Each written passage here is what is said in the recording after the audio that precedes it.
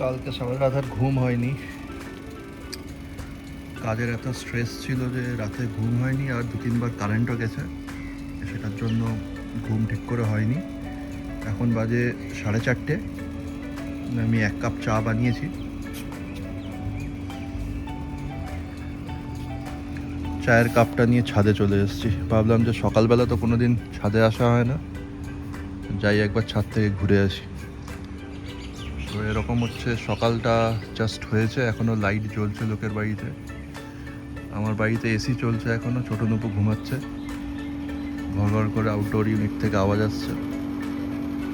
আজকে যখন ঘুম হলো না তখন ভাবছি যে কাজেই বসে যাই, টুকটাক বাড়িরও কাজ আছে, অফিসেরও কাজ আছে, বসে যাই। তাও কাজের সময়টার তো একটা ইউটিলাইজেশন হবে। একটা পাখি বসেছে, যে মনে হয় সবে ঘুম থেকে উঠেছে, গা হাত ঝাড়া দিচ্ছে।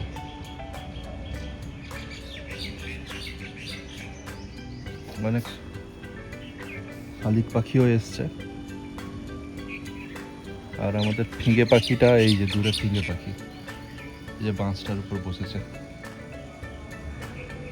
বাসাটা হচ্ছে এইটা। ও ভেতরে কি ডিম হয়েছে, বাচ্চা হয়ে গেছে মনে হয়, একটা কিছু একটা মুখ তুললো মনে হয় ছোট পাখির বাচ্চা হয়েছে, এটাকে নজর রাখতে হবে।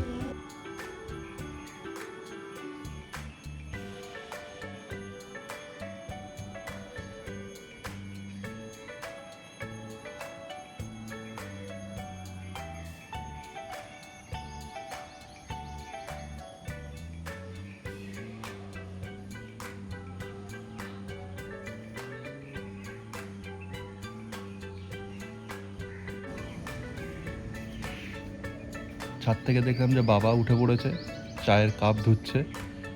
তো সকাল সকাল বাবাও উঠে পড়ে, একটু পরে অতসীও উঠে পড়বে। তার কারণ ও সকাল সকাল উঠে রান্না বান্নাগুলো করে, তারপরে আমাদের যে কাজের লোক আসে সে বাসন টাসনগুলো ধুয়ে দেয়, সেটার জন্য ওকে তাড়াতাড়ি উঠে রান্না করতে হয়। ও উঠে চলে আসবে এক্ষুনি, যখনই দেখবে যে আমি বিছানায় নেই চলে আসবে এখানে। এখন রাখছি, চাটা ঠান্ডা হয়ে যাচ্ছে, খেয়ে ঘুম না হয়ে ভালোই হয়েছে। চাটা খেয়ে নিচে গেছি, দিয়ে সবে ল্যাপটপটা খুলে কাজ শুরু করেছি, কারেন্ট চলে গেল। বুঝলাম যে ঝড় উঠেছে। আকাশের অবস্থা দেখো,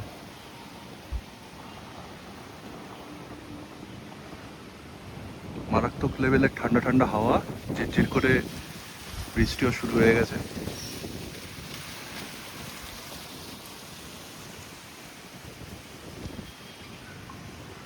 খুব সুন্দর ওয়েদার। এর আগের শুক্রবারও সেম হয়েছিল, সারাদিন কারেন্ট ছিল না, এই ঝড় বৃষ্টির জন্য অফিসে কাজ করতে পারিনি, বিরাট বাওয়াল হয়েছিল।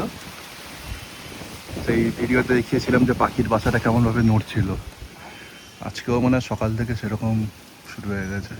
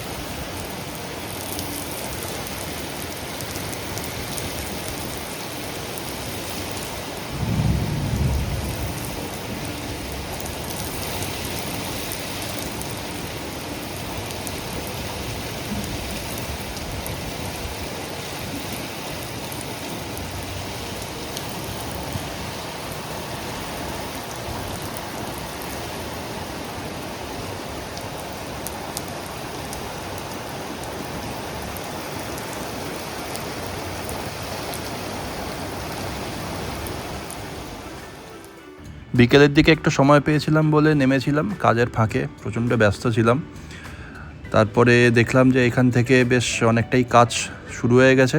এটা হচ্ছে থার্ড পার্ট হচ্ছে আমাদের বাড়ির, এইটা হলেই একদম কমপ্লিট হয়ে যাবে রিনোভেশনের কাজ।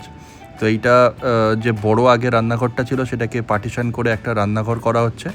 ডান দিকেরটা রান্নাঘর আর বাঁ দিকেরটা সেগমেন্টটা হচ্ছে একটা বাথরুম করা হচ্ছে। রান্নাঘরের একটা বড় জানলা রাখা হয়েছে, জানলাটাকে অনেকটা উঁচু করে তুলে দেওয়া হয়েছে।